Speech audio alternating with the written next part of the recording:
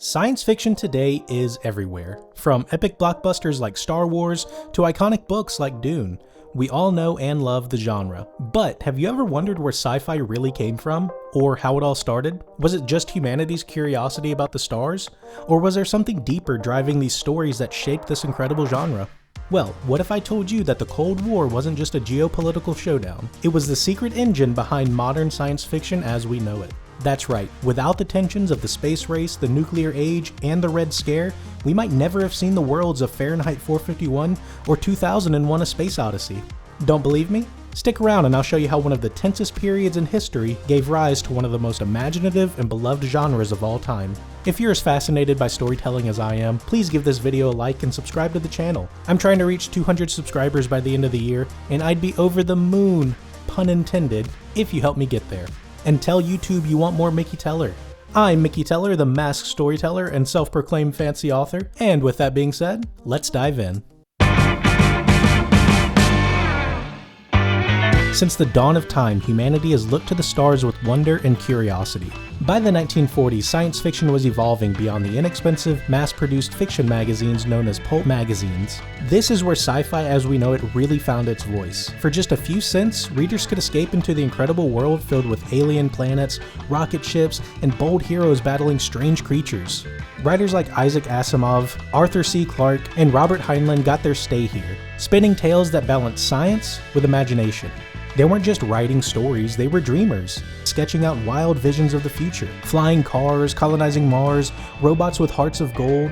For readers of the pulps, the future felt limitless, a playground of endless possibilities. It was pure fun, optimistic, colorful, and unapologetically adventurous. Readers couldn't get enough of these speculative glimpses into the world where science solved every problem and humanity thrived among the stars. But the world was changing fast.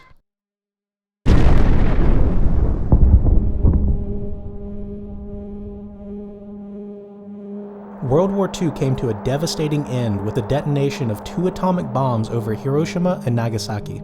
For the first time, humanity had the power not to imagine better worlds, but to obliterate our own. The atomic bomb was a horrifying achievement, combining human ingenuity with unimaginable destruction. The same science that promised us jetpacks and moon bases now delivered fear. For the writers of science fiction, the stakes had changed. The idea of progress was no longer purely optimistic. It carried the shadow of annihilation. The playful optimism of pulp sci-fi began to give way to darker, more introspective stories. Writers could no longer ignore the looming question: what if our quest for knowledge outpaced our wisdom? The future, once a thrilling mystery, now carried a terrifying weight. Writers began exploring the consequences of unchecked technology and totalitarian regimes.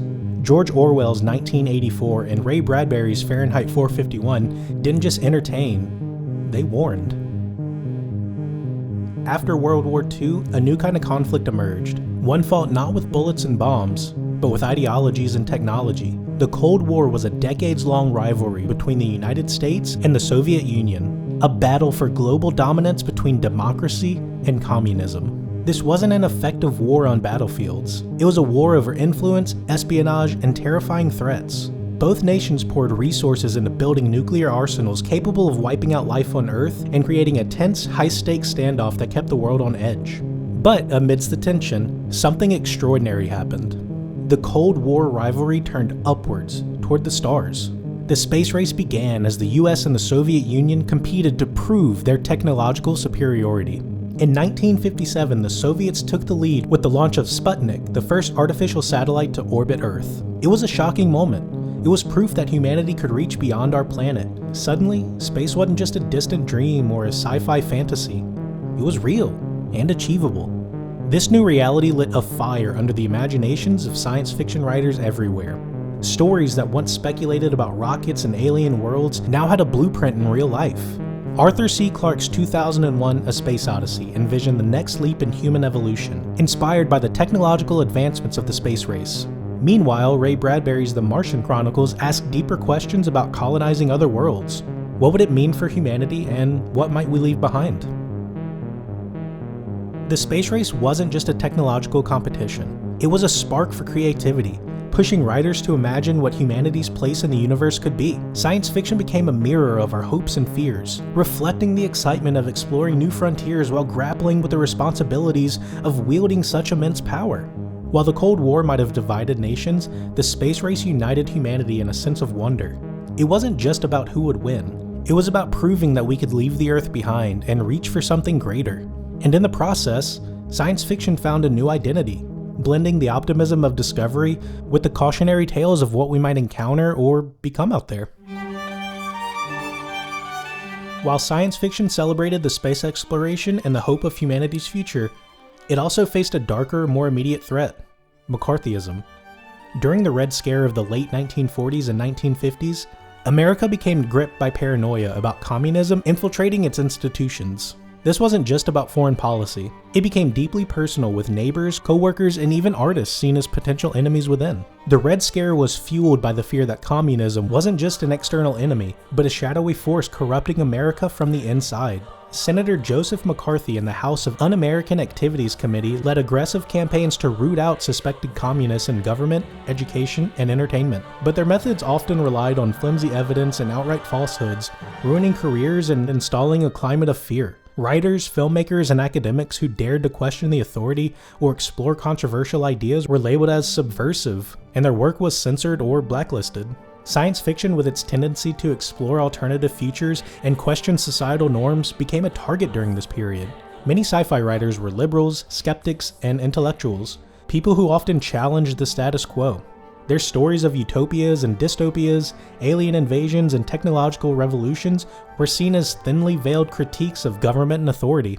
But instead of silencing science fiction, these crackdowns forced it underground. Writers like Philip K. Dick began using themes of paranoia, surveillance, and control as the backbone of their stories. In books like The Man in the High Castle, Dick explored the dangers of authoritarian regimes, mirroring the fears and the uncertainties of the Red Scare era.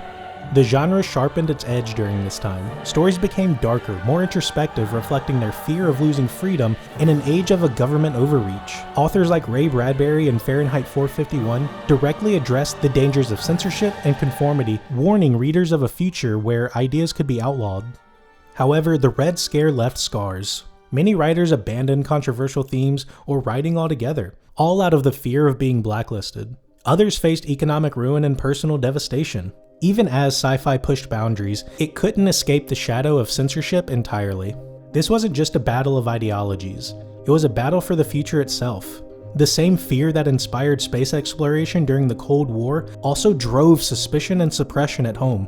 While the US and the Soviet Union raced to prove their dominance, writers in America were racing to preserve their right to imagine alternative futures without the fear of persecution. But despite the paranoia and censorship of the Red Scare, science fiction survived. Its underground resistance during the time gave rise to some of the most thought-provoking works in the genre. Take Ray Bradbury's Fahrenheit 451, for example. Written in 1953 at the height of the Red Scare, it imagines a future where books are banned and firemen burn them to suppress free thought. Bradbury's story wasn't just about censorship. It was a direct response to the oppressive climate of McCarthyism, where questioning authority could destroy lives. Then there's The Man in the High Castle by Philip K. Dick, published in 1962, exploring a dystopian alternate history where the Axis powers won World War II. The book delves into themes of surveillance, control, and resistance, deeply influenced by the paranoia and ideological battles in the Cold War era. These authors didn't just survive the Red Scare. They used it as fuel to write stories that challenged their readers, forcing them to confront the uncomfortable truths about freedom, fear, and the fragility of society. Sci-fi didn't just reflect the fears of the era, it questioned them, offering a glimmer of hope that creativity and imagination could triumph over repression.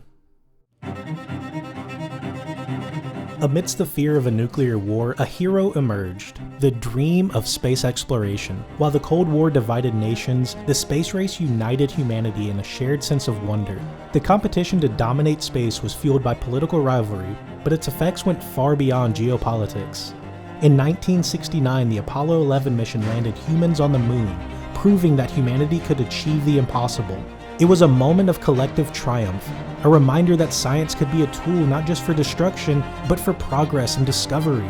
But not everyone saw space as a hopeful frontier. Some writers and filmmakers questioned the ethics of leaving Earth behind. What responsibility did we have to solve our own problems here before reaching the stars? Films like Planet of the Apes explored themes of self-destruction and the dangers of humanity's arrogance, imagining a future where escaping the stars might not save us from ourselves. Similarly, Ursula K. Le Guin's The Left Hand of Darkness used an alien setting to reflect on the complexities of human identity and relationships, showing that even in far-off worlds, the flaws follow us. Therefore, science fiction became more nuanced. It didn't just celebrate the wonders of exploration, it critically examined what it meant to be human. The space race gave writers a new canvas for storytelling, blending the optimism of discovery with cautionary tales about hubris, ethics, and our place in the universe. And when the Cold War eventually thawed, its impact on science fiction was permanent. The genre now carried the weight of atomic fears, political paranoia, and technological awe. But not all of this was bad. The tension and competition of the Cold War had pushed science fiction into new realms of relevance, inspiring real-world advancements in technology and space exploration. Therefore, science fiction came out even stronger, evolving the pulp entertainment to a genre that shapes how we see ourselves and our future. So science fiction didn't just survive the Cold War, it thrived because of it. From the fears of nuclear destruction to the dream of exploring the stars, the Cold War turned science fiction into a genre that questions, inspires, and endures. But its journey wasn't easy. It faced censorship, skepticism, and existential threats. So, the next time you pick up a sci-fi novel or a movie or watch a show, remember, it's not just a story. It's a reflection of humanity's struggles, triumphs, and dreams. All fiction carries truth. Can't get enough of genre history? Well, then you may be interested in the video on screen. If you made it to the end of this video, thank you so much for watching. I'd love to chat with you in the comments about your thoughts on this topic or the video in general. And please, if you enjoyed it, consider subscribing to the channel. I would greatly appreciate it. Do you think today's sci-fi reflects our modern society as effectively as it did during the Cold War? Let's talk about it in the comments. I'm Mickey Teller, the masked storyteller and self-proclaimed fancy author. Thanks for watching.